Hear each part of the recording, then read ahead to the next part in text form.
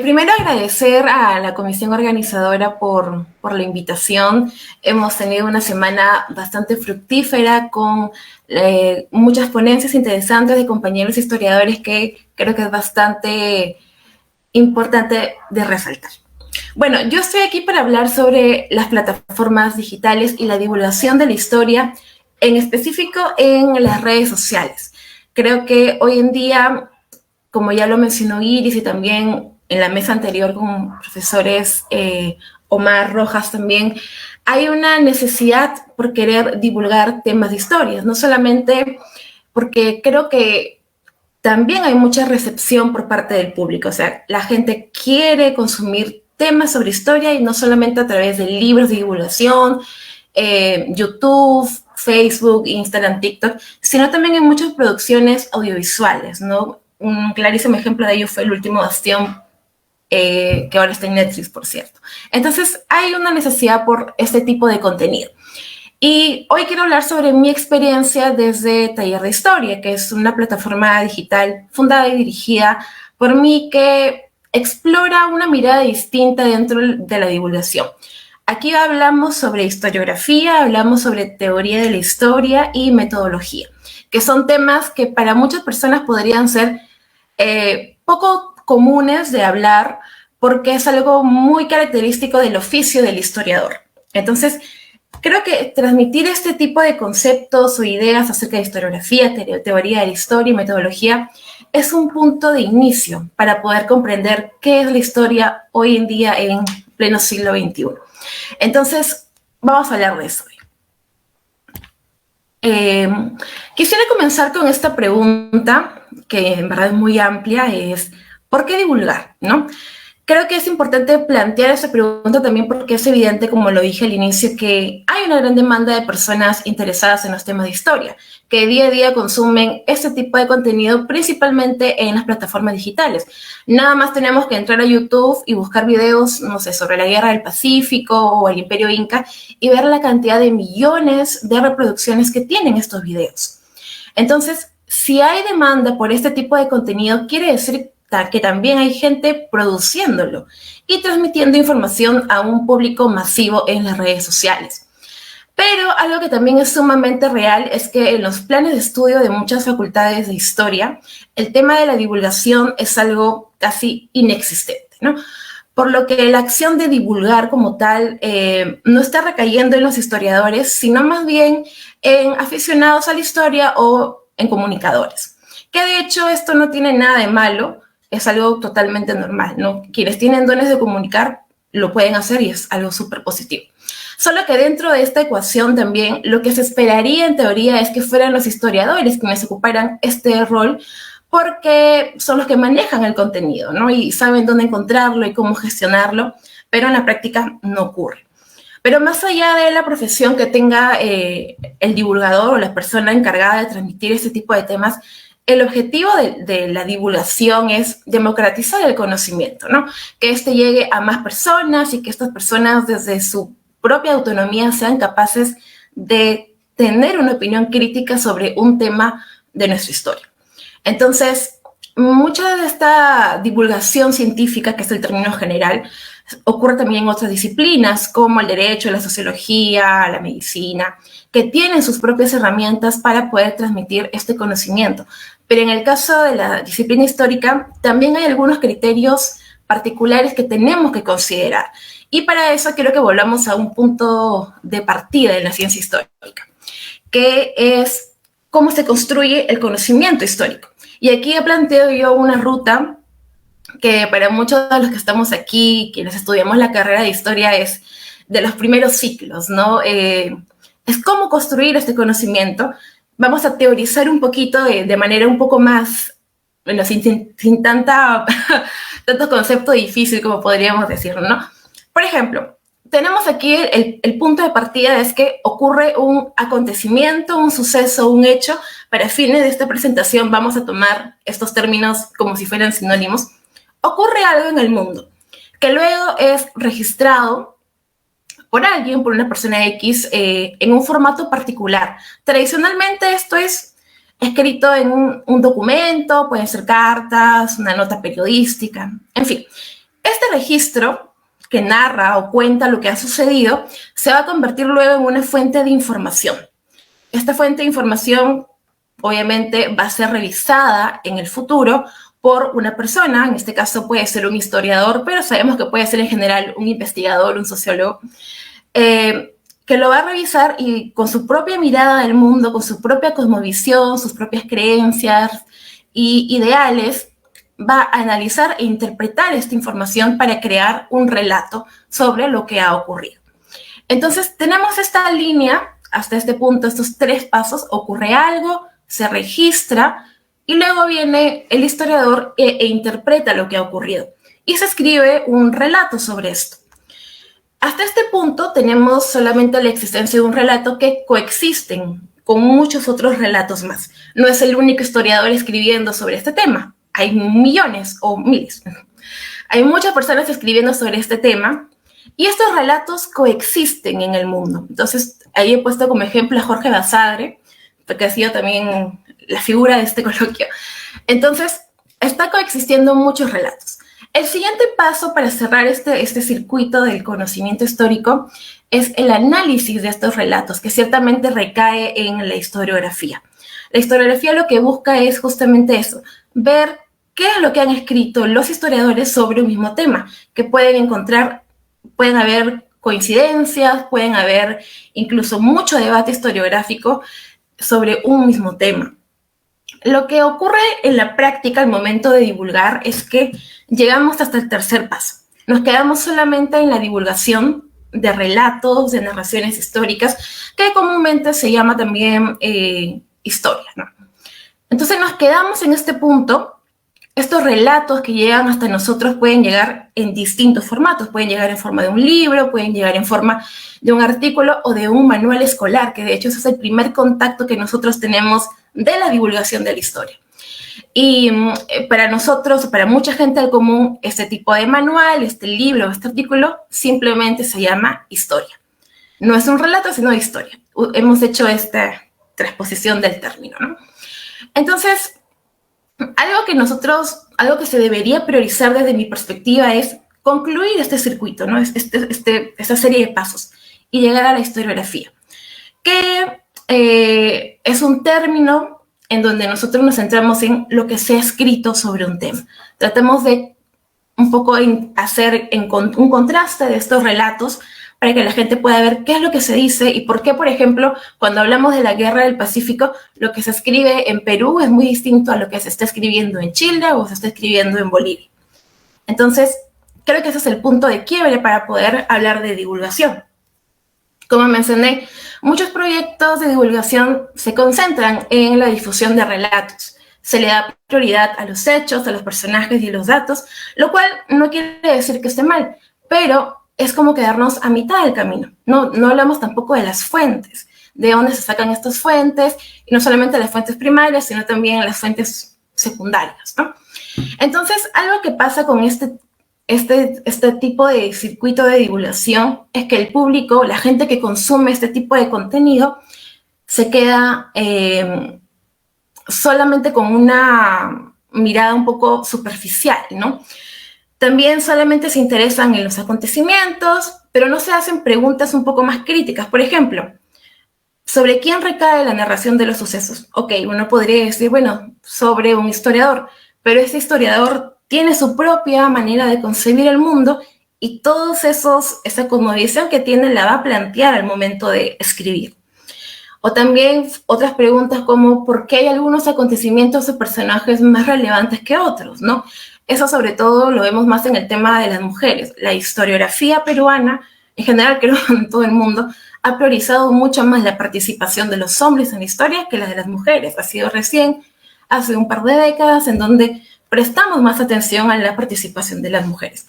Y eso evidentemente ha sido mediado por muchos factores, no solamente por el cambio de la sociedad, sino también por la llegada de más mujeres historiadoras que están dispuestas a investigar y publicar sobre este tema.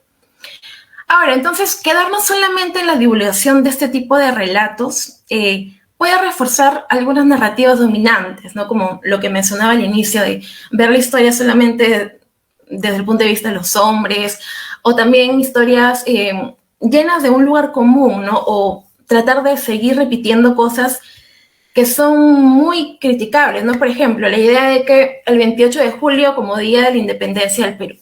Entonces, encontramos a un montón de productos de divulgación que refuerzan esta idea. Cuando sabemos que dentro de la historiografía hay relatos en donde no es cierto, ¿no? Encontramos que el 28 de julio es más una mirada centralista de lo que es Lima y dejamos de lado otras regiones en donde previamente antes ya habían declarado su independencia, ¿no? También tenemos esta súper clásica de Chile como el villano de la Guerra del Pacífico.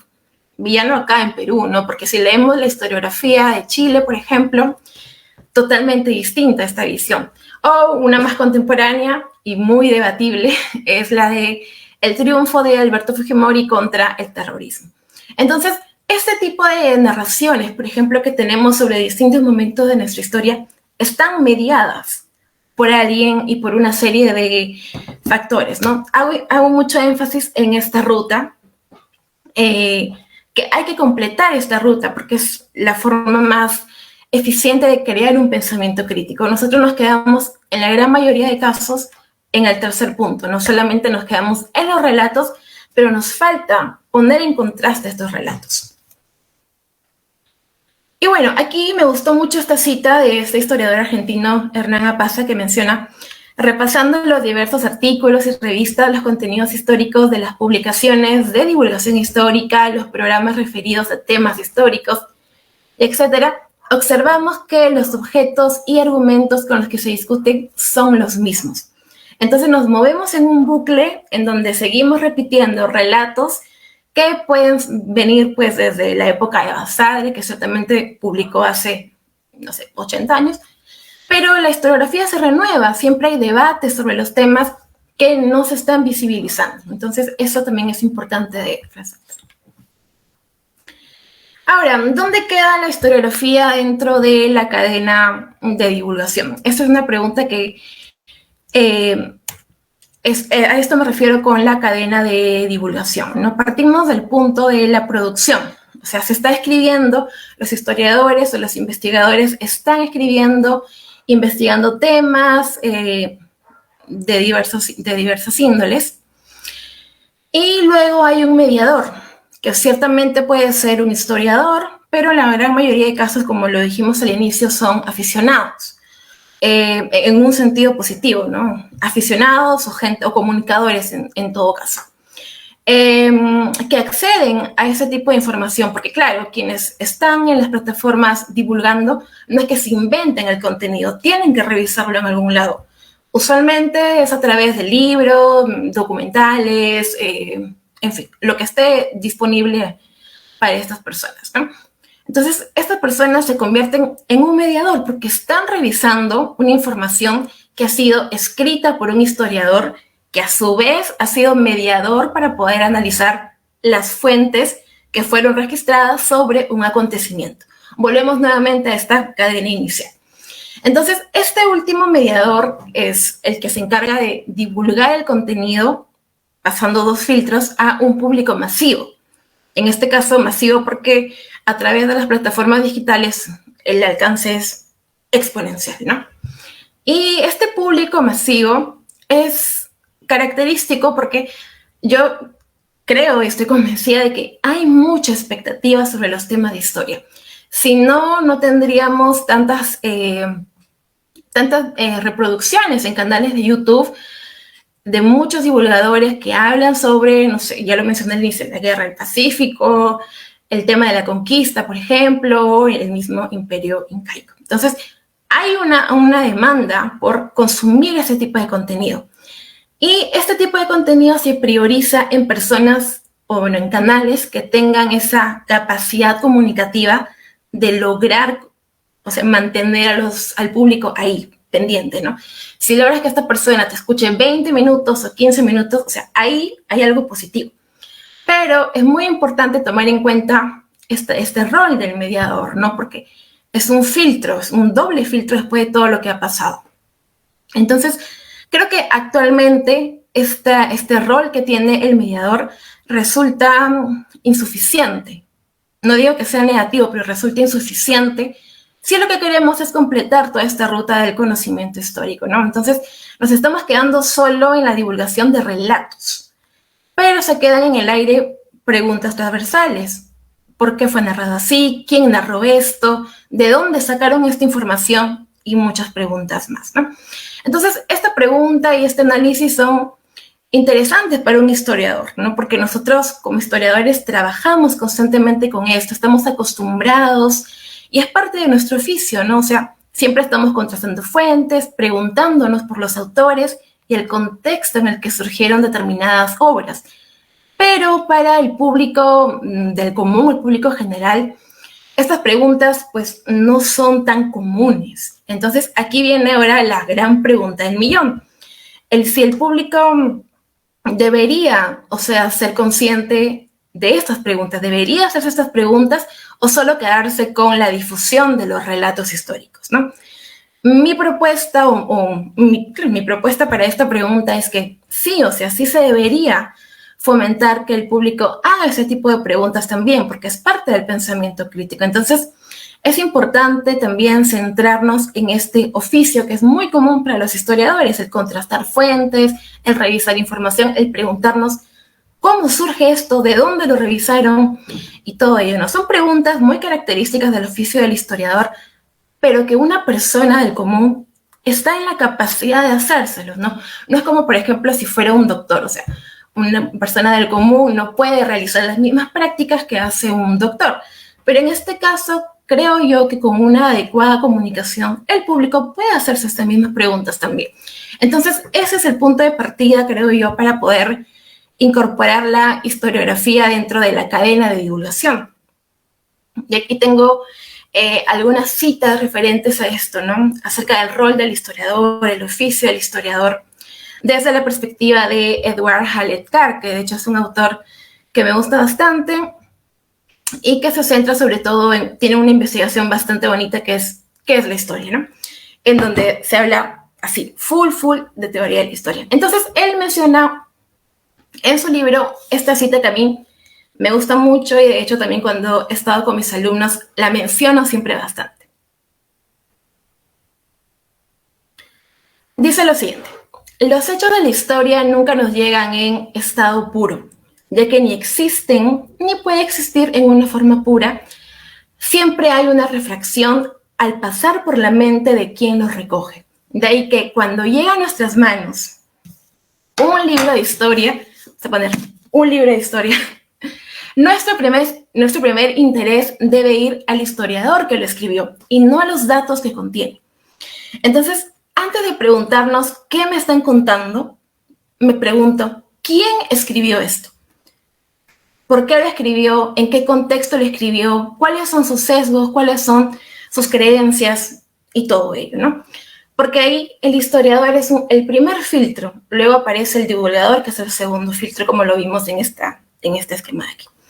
Entonces, otra cosa que también me gusta resaltar dentro de todo esto es la práctica que hace el historiador al tratar las fuentes. Y este gráfico que vemos aquí me ha gustado muchísimo y le he colocado es de una página también de divulgación española, que es Ad Absurdum, lo pueden buscar ahí en Instagram. También están en la televisión española y todo esto, ¿no? Y es ver cómo los historiadores trabajan con las fuentes. Porque algo que el público del común cree es que la historia es una sola y que siempre ha existido. No se imagina que hay todo un proceso de construcción de la historia desde un presente particular. Entonces, acercarnos a las fuentes es el segundo paso. No, por ejemplo, ser conscientes de que quien escribe un relato histórico, o sea, el historiador, tiene sesgos y tiene prejuicios, tiene un pensamiento político determinado que influye en la forma en que cuenta los sucesos. Eso es lo primero que tenemos que considerar. O sea, la historia no es un monolítico, no. Se transforma, puede ir cambiando gracias al debate historiográfico. Entonces, ahí tenemos una ruta, ¿no?, de cómo el historiador presenta hipótesis, luego si no cae, vuelve a empezar de nuevo y así. Entonces, es importante que el público que consume temas de historia sepa toda esta cadena y estos procedimientos, porque es la base del pensamiento crítico. O sea, si yo me enfrento a un relato y veo que de repente las fuentes no son verdaderas, por ejemplo, entonces lo que yo estoy leyendo pues tampoco tiene ningún sentido, ¿no? O sea, un poco vamos a verlo más adelante con algunos ejemplos de eso. Entonces, lo que decía hace un momento, ¿no? En muchos casos, el público no conoce estas fuentes de información que permitieron la creación de un relato y se crea una expectativa de que existe una sola forma de contar un suceso. Aquí no estoy hablando de una verdad absoluta, estamos hablando de cómo la gente cuenta un suceso. Y todos sabemos que sobre un mismo hecho lo podemos contar de distintas maneras. El chisme se cuenta de distintas formas, dependiendo la óptica, si lo quieren ver así. Un clarísimo ejemplo también es la Guerra del Pacífico, por ejemplo, ¿no? Están los hechos, puede que Perú lo cuente de una manera, Chile de otra y Bolivia totalmente distinto. Entonces, creo que es importante mostrar el contraste de estas narrativas. O sea, más allá de preguntarnos qué sucedió, que ciertamente sí es importante prestar atención a los hechos, también preguntarnos por qué es que se cuenta de esta manera, ¿no? Y prestar atención a este debate historiográfico. Este término de debate historiográfico hace referencia justo a esta plática de los historiadores o los investigadores en la esfera académica, ¿no? Que tienen propuestas sobre este tema. Y un clarísimo ejemplo de ello también fue la tesis sobre la independencia del Perú. En los años 70 hubo un debate bastante interesante en la propuesta de Karen Spalding con Heraclio Bonilla, en el tema de la independencia concedida, y bueno, ya es un debate muy, muy conocido, pero en algún momento lo abordaremos con mayor profundidad. Y aquí nuevamente traigo a colación a Hernán Apaza, que hace la siguiente pregunta. ¿Podría ser exitosa una narrativa historiográfica que no construyera su relato sobre los lugares comunes, que podríamos traducirlos también como clichés, de la historia nacional cuyo origen social está en la escuela? Y hace referencia a esto porque en el colegio y a través de los manuales escolares es el primer contacto que tenemos con la divulgación. O sea, hay un relato que es mediado, en este caso, por el Estado, por el gobierno, o por quien haga los manuales escolares, y llega hasta nosotros. Y desarraigarnos de ese pensamiento es muy complicado, porque es una narración que hemos repetido durante años y años, y hemos dejado fuera las otras narraciones, que nunca nos la presentaron. Entonces, ahí también creo que es importante prestar atención sobre el rol de la escuela. Y ahora, algunas claves para comenzar a divulgar contenido historiográfico en las redes sociales. Me concentro solo en redes sociales porque plataformas digitales es mucho más, ¿no? Puede ser una página, puede ser un podcast. Me voy a concentrar en solamente, diría yo, TikTok, Instagram y YouTube, porque Facebook no tengo mucha experiencia ahí. Entonces, yo propongo este circuito, digámoslo así, para comenzar a divulgar historiografía. O bueno, hacer una divulgación con perspectiva historiográfica, también se lo queremos ver así. Primero, conocer cómo funciona la plataforma digital. No es lo mismo publicar en Instagram que en TikTok, que publicar en YouTube, que tiene un formato un poco más amplio, ¿no? TikTok, por ejemplo, videos de 1 o 3 minutos. Imagínense cómo reducir tanta información a 1 o 3 minutos. Importantísimo. Una vez que conozco esta plataforma digital, tengo que investigar y elaborar una pauta sobre lo que voy a comunicar. Porque el rol del divulgador en este caso es hay que tener mucha responsabilidad con lo que vamos a decir, ¿no? Sobre todo en las redes sociales, que viene uno, te hace una réplica, y si tú no tienes argumentos o fuentes que te sostengan, te quedas en el aire, ¿no? Mucha gente cree que es fácil, pero aquí creo que la investigación, la búsqueda de fuentes, es lo mismo como si uno fuera a un coloquio, algo así. Solamente que no hay nada escrito, sino todo hay que hacerlo de manera audiovisual. Entonces, la investigación es un punto, o sea, no hay pierde. Tienes que investigar, y yo sugiero también elaborar una pauta para no divagar, ¿no?, con la información que estamos hablando. Porque las redes sociales, los primeros 20 segundos son los que te jalan, y si no, ya no te ven, no te escuchan ni nada, ¿no? Luego, utilizar un lenguaje accesible para la audiencia. Primero, identificar tu audiencia, ¿no? Un público de 17 años a más, que usa TikTok o que voluntariamente está interesado en conocer temas de historia. Hay que usar un lenguaje accesible, lo cual no significa que sacrifiquemos algunos términos al momento de hablar. Muchos historiadores, o bueno, muchos divulgadores suelen utilizar términos sinónimos, lo cual es algo totalmente positivo, pero si en algún momento sienten que se van a tomar más tiempo en explicar algo, no duden en hacerlo. Pueden hacer parte 1, parte 2, parte 3, pero no sacrificar algunos términos que sean necesarios para poder explicar y que no se pierda la esencia de lo que quieren decir, ¿no? Esto sobre todo con temas de conceptos, ¿no? Un concepto, por ejemplo, como el conflicto armado interno y por qué yo decido utilizar este término, ¿no? Entonces, tómese su tiempo para hacerlo y normal. Luego, algo que también creo que es importante es hacer énfasis en el contexto y cuestionar los discursos dominantes. Para efectos de esta ponencia, discursos dominantes son los discursos o narraciones dominantes son lo que predomina, lo que tradicionalmente está más arraigado en el pensamiento de la gente, ¿no?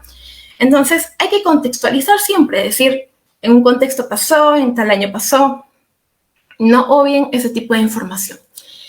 Ahora, uno de los puntos también claves aquí es mencionar fuentes de autores consultados y de preferencia que sean open access, ¿no? De libre acceso. Justo el día de ayer vi que estaban los chicos de Fuentes Históricas del Perú, que para quienes se perdieron esa mesa, pues vayan a buscarla otra vez. Fuentes Históricas del Perú es una plataforma que recoge muchas fuentes de libre acceso que están digitalizadas por determinadas instituciones, ¿no? Y eso ayuda bastante porque la gente quiere saber de dónde obtienes esa información y tú tienes que dársela. Entonces, yo diría que al momento de nosotros investigar y elaborar nuestra pauta, tratemos de hacerlo con información de libre acceso, que la gente pueda ir y buscarlo y leerlo o consultar, ¿no? Importante eso. Y finalmente, usar material audiovisual para acompañar el contenido. Eso es clave en las redes sociales. Audio, videos, el Loom tiene cantidad de videos en su plataforma, así que no dudemos en usarlo. Y bueno, aquí tengo algunos ejemplos acerca de cómo yo he planteado este tipo de ruta acerca de la historiografía con algunos videos que yo mencioné, por ejemplo, ¿no? Ok, este es sobre la Guerra del Pacífico. El video que está aquí, bueno, no tiene sonido ni nada, pero este es un trend de TikTok. No sé si están familiarizados con esto, que se hizo relativamente viral, en donde simplemente con una frase y una canción de moda de TikTok menciono lo siguiente, ¿no? Para entender la Guerra del Pacífico no basta con leer historiadores peruanos, también hay que leer historiadores chilenos y bolivianos. Y aquí hay algunos comentarios más representativos, ¿no? Por ejemplo, ¿no? Te acepto de Chile, pero no de Bolivia. O sea, ¿para qué voy a leer historiadores bolivianos? Algo así, ¿no? Y la respuesta de abajo, en Bolivia también hay historiografía de calidad. Luego también hay gente que apoya esta postura que yo menciono, hay gente que dice, no, yo jamás leería, porque ¿para qué? En fin. Partimos de este video, en el segundo video, recomendando textos de libre acceso para comprender la Guerra del Pacífico, que hoy en día la tendencia historiográfica sobre este tema es priorizar investigaciones en conjunto. Vemos que cada vez más historiadores peruanos y chilenos publican juntos en textos, en un solo texto. Tenemos el caso de Daniel Parodi, por ejemplo, también el de José Chaupis. Y bueno, hay un montón de casos más. Entonces, insertamos de esa manera el canal de la historiografía y decimos dónde encontrar los textos para que la gente vaya y los revise. Y ya. Otro caso también, que bueno, este me gustó mucho, por eso lo puse acá, que fue uno de los primeros que hice también, fue sobre las representaciones visuales de los incas. Esta tesis la leí, wow, esa tesis es antigua, bueno, es del 2017, pero recuerdo mucho a un profesor que me comentaba acerca de que estaba a punto de publicarse, ¿no? Yo decía, ay, ¿cuándo va a salir esa tesis? Porque quiero leerla. Y finalmente, cuando salió, lo leí y me encantó. Y esta tesis, así algo súper chiquitito, rápido, justamente analiza muchas representaciones visuales de los incas desde 1500 hasta el año 2016, creo. Entonces, tenemos desde las láminas Huascarán hasta las primeras representaciones que aparecen en el libro de Pedro Cieza de León.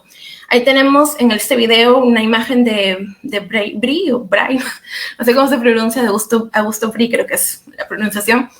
Es Atahualpa, si no me parece, ¿no? Y lo que hice en este video fue hacer un contraste. ¿Por qué representan hacia los incas y por qué lo representamos ahora de esta manera? Un contraste, algo así. Entonces, comentarios como estos, ¿no? Por ejemplo, nos dicen, antes lo dibujaban como si fueran romanos, ¿no? Y ahora como si fueran Avengers. Y uno ahí se pregunta, ¿pero por qué ahora la representación de los incas es así? Si nos vamos a la época del, no sé, gobierno de Velasco, ¿cómo comienza a ser la representación de los incas? También hay una diferencia, ¿no? Bueno, por aquí otros comentarios que lo típico, la historia está adulterada, en fin. Otros también dando más información en los queros, en fin, ¿no? Entonces, este fue un video que a mí me gustó mucho, por ahí me faltaron agregar muchas imágenes porque en esta tesis hay como 500 imágenes, ¿no? Para quienes estén interesados en ver ese tema. Y estos son videos ya en YouTube, que también ahora he dejado de subir muchos videos en YouTube porque siento que es una plataforma en donde yo lo he abordado como si fuera un podcast de 20 minutos y yo hablando sola, ¿no? Creo que TikTok ahora es lo que más me interesa, pero en algún momento retomaré, creo, YouTube. Pero estos son algunos videos que yo mencioné, ¿no? Por ejemplo, Historia de la República del Perú, cómo comenzar a leer a Basadre, cómo consultar un archivo histórico también, y varias cosas más. Entonces, es una mirada muy historiográfica, pero que tiene bastante alcance a la gente. Y la gente está interesada en hacerlo. Te pregunta, ¿y cómo puedo sacar mi carnet del archivo? Gente que ni siquiera estudia historia, pero interesada en conocer ese tipo de lugares, ¿no? Y finalmente, ya para ir cerrando, otros ejemplos de divulgación historiográfica más allá de taller de historia. Lo mencioné al inicio, los amigos de Ad Absurdum, que ahora tienen un programa también en la televisión española, que ciertamente sí es plataforma digital porque aparece también en internet. Es el condensador de flujo, que quienes son amantes de Volver al Futuro se darán cuenta que es lo que hace posible los viajes en el tiempo, ¿no? Y tienen varias secciones dentro de esto, pero estas son mis favoritas, ¿no? Las fake news históricas, y para eso es importante citar, o sea, siempre te muestran textos o argumentos que rebaten esta fake news a lo que nos enfrentamos constantemente hoy, creo, los historiadores, ¿no? Fake news por todos lados. Lo otro también, lo imposible, ¿no? Sucesos realmente increíbles, como en este caso lo que ocurrió en Bélgica con Leopoldo II y la masacre del pueblo de Bélgica también. Entonces, dos ejemplos que me gustan mucho, ahí les estoy dejando el link por si alguien quiere ver estos segmentos. Y otro que también a mí me gusta mucho, que de hecho fue una de mi inspiración para poder apostar por la divulgación historiográfica, es Historiografía Mexicana, que el nombre ya lo dice todo. Historiografía Mexicana se maneja ahora como un podcast en su misma página y también en Spotify. Historiografía Mexicana lo que hace es hacer una lectura en voz alta de... Estimada ponente, le quedan 3 minutos. Ay, perdón, ya. De algunos trabajos de México, porque esto es de México sobre todo, pero ahí tienen algunos puntos que pueden revisar. Y esos son algunos artículos que revisé para poder aquí hablar sobre este tema. Hay mucho más, creo, sobre la divulgación histórica para seguir replanteando en el futuro, ¿no? Y bueno, me pueden encontrar ahí como Taller de Historia en Instagram, TikTok y YouTube. En Facebook también, pero no soy muy activa. Y gracias también por la presentación.